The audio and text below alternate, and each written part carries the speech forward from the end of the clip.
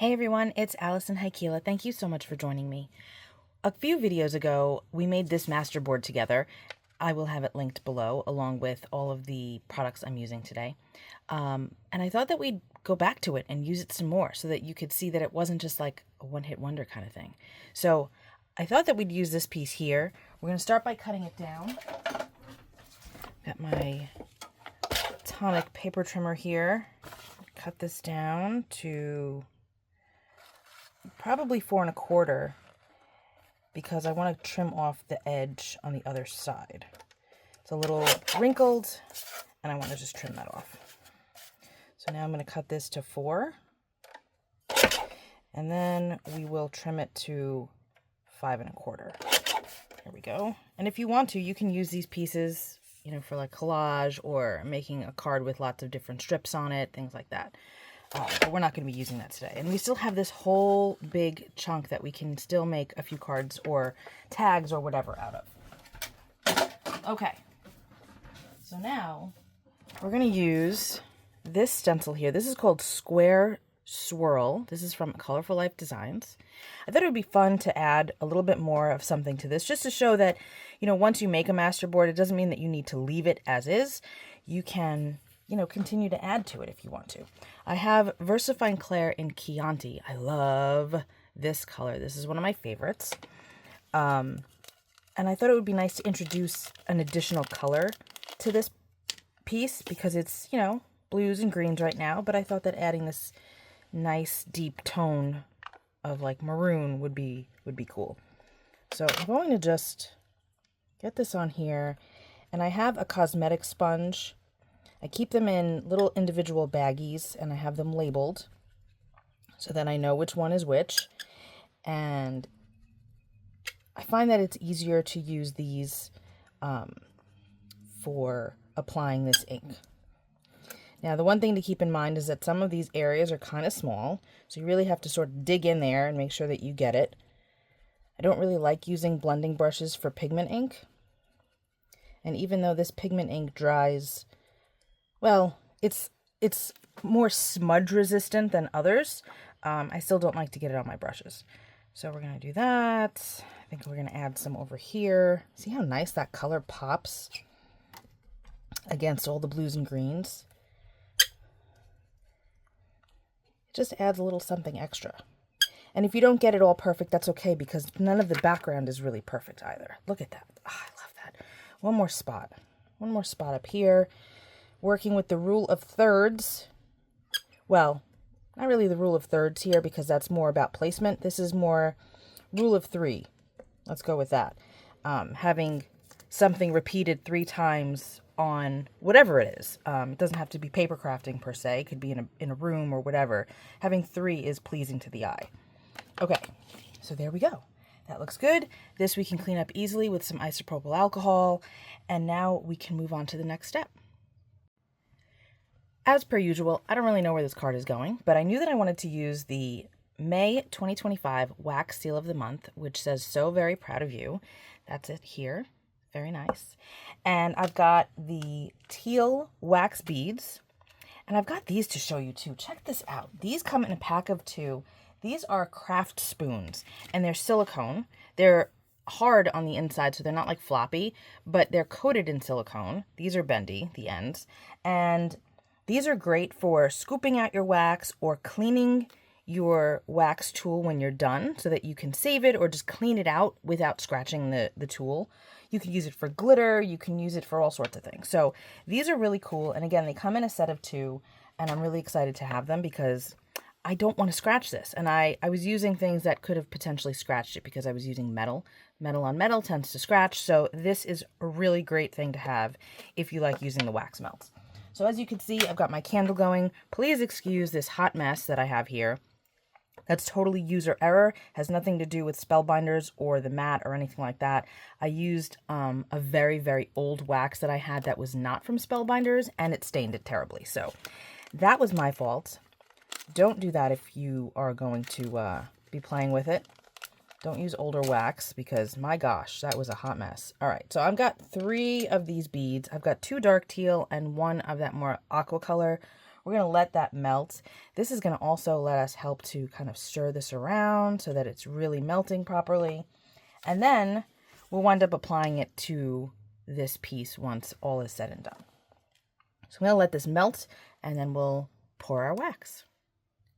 You can see that the wax is nice and melted now. Kind of looks like a yin yang. So now I'm going to take this and start to pour it out. I'm going in a circular motion here, letting the colors swirl. This is a circular wax seal, so okay, you want to move kind of quickly. And now we're going to just place this down and let gravity do the work. Don't push it, just kind of let it sink into place. I'm going to melt one more batch of wax, just because we've already got this heated up. We may as well do that, and then we'll move on to the next step.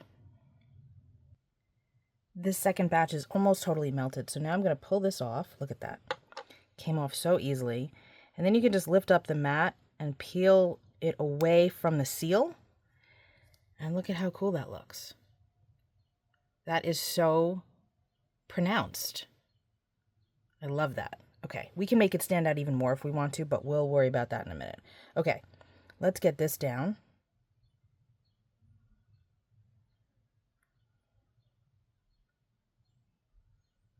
I like using two colors. Gives it a really cool marbleized look without any effort at all. It's just a matter of whatever seal you use or whatever wax color you use. Okay, we're gonna again let gravity do the work. Place that down. That's gonna be a nice fat one. Okay, so now I'm gonna take my new little craft spoon and I'm gonna use the spatula end and just clean this out while the wax is still liquefied. A little bit there in the spout area, but look at all of this wax that we just saved that we now don't have to throw out, because we can just put this back in with our beads and remelt it at a later date. Isn't that cool? Okay, so we're going to pull this off. It's not quite cool yet. I blow out my candle. Let's see. There we go.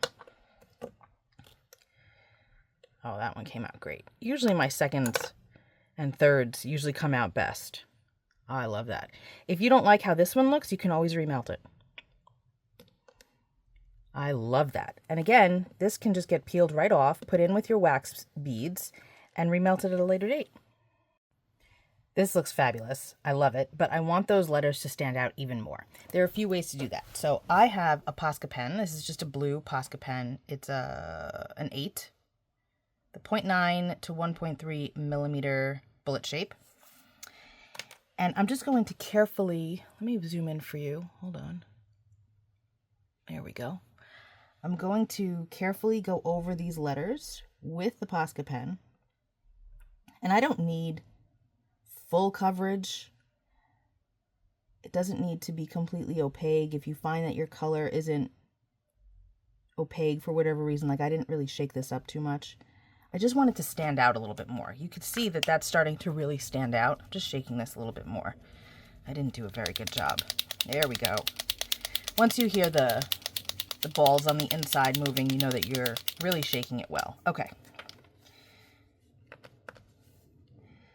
So now I'm going to just go over these letters just to help it stand out. And because they're so raised, it's pretty easy to do. You want to be careful, of course. You don't want to make a mess and get it in the background or whatever, but they're raised up really nicely. And it's just going to make it easier to read. So I'm going to finish that up. Here's what it looks like now, and it's subtle. I didn't use a dark blue because I don't have one, but it makes it stand out more. So you could see the difference from the first one I did to that one. I love that. You can, of course, leave it like this, but I wanted it to stand out a little bit more. Oh, look at that. So pretty. All right, let me zoom out. And on to the next step. I have die cut the Field Notes Twine die out of a maroon ink that's very close to Chianti. And we are going to attach it underneath the wax seal. So these tabs are meant to wrap around your panel so that you have a secure place to, to secure them to the panel. And then instead of building the bow the way it's supposed to be, like right on top of this crisscross area, we're going to just build it around the wax seal itself.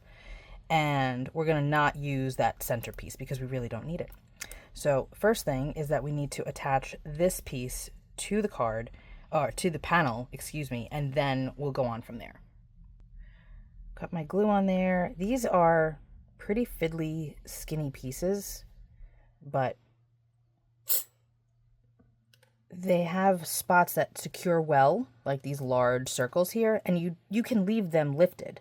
It's very whimsical and sweet when they're lifted like that. So I don't necessarily need to attach all of this with glue. As long as this is attached, then we're good. So I didn't put any adhesive on the wax seal yet. We're just going to kind of stick that there, and then we'll do the other loop. And you can have it how you want. If you want them to be on one side. Oh, that might actually be kind of cute if I had them. You know what? Hold on. Let's try this. Oh, yeah. Okay. That is really cute because now we can go like this and the other piece can go here. Whoops. More glue. And it's not going to be hanging off the card. See, it's good to play around and experiment. Yeah. Okay. Get the magnet on here while we're doing this. This is a textured cardstock, so I'm making sure that I have the texture on the outside area so that it looks nice. Look at that. That is so cute. Put the glue on the back side.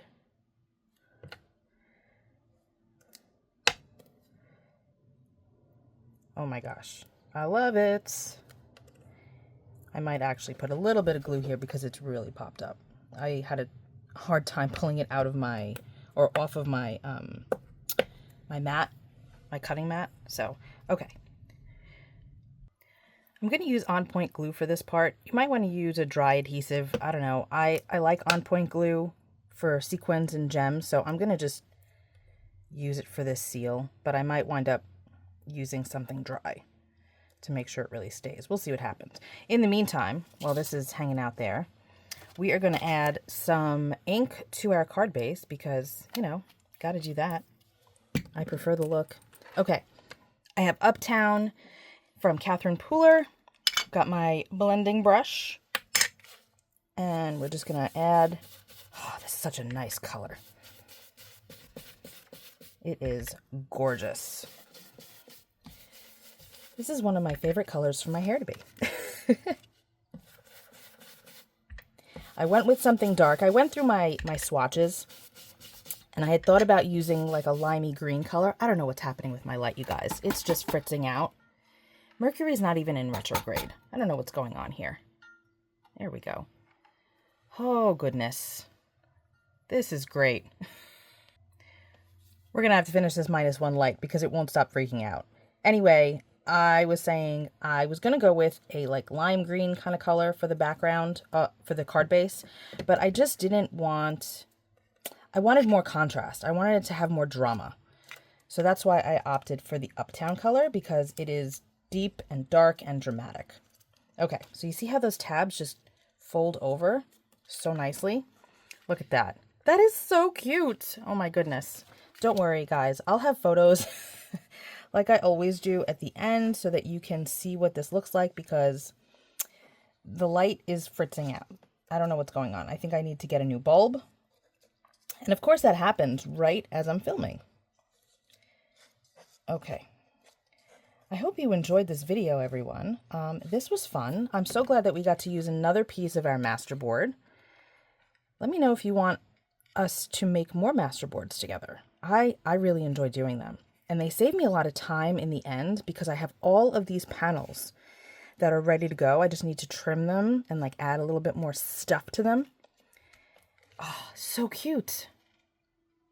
So sorry about the lighting, guys. I'll try and adjust it in my video editor. So that's it for me.